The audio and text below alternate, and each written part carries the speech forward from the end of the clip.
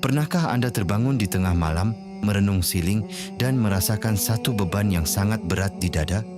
Seolah-olah dunia ini semakin menghimpit. Anda sudah penat bekerja. Pagi ke malam, peras keringat, namun angka dalam akaun bank tetap tidak berubah. Atau mungkin duit itu ada, tapi ia mengalir keluar sepantas ia masuk. Kita mula bertanya, mana janji Allah tentang rezeki?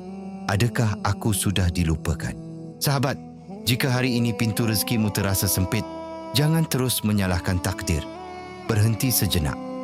Mungkin kesempitan ini bukan satu hukuman, tapi ia adalah surat cinta daripada Allah yang ingin membisikkan sesuatu yang selama ini kamu abaikan. Kita selalu sangka rezeki itu cuma duit. Kita lupa, kesihatan itu rezeki. Masa lapang itu rezeki. Ketenangan hati itu juga satu rezeki yang sangat besar.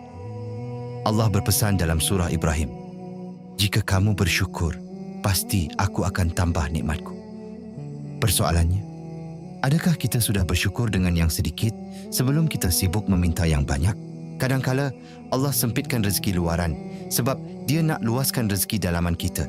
Dia rindu nak dengar rintihan kita di sepertiga malam.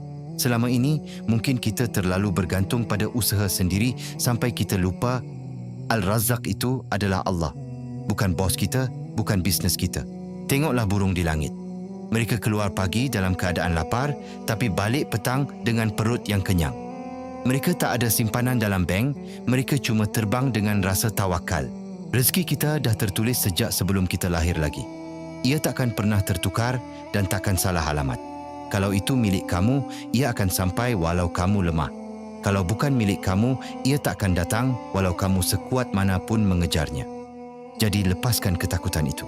Mulakan hari ini dengan sedekah yang kecil, senyuman yang tulus dan istighfar yang dalam.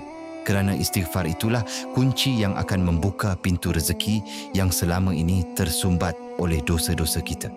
Ya Allah, lapangkanlah hati kami saat rezeki kami terasa sempit. Cukupkanlah kami dengan yang halal supaya kami tidak menyentuh yang haram. Jadikanlah kami hamba-Mu yang sentiasa merasa cukup dengan setiap pemberian-Mu. Sahabat, kalau video ini sampai kepada anda hari ini, mungkin ini adalah peringatan daripada Allah untuk anda kembali tenang. Jangan simpan pesanan ini sendirian. Kongsikan kepada mereka yang tengah berjuang dalam diam.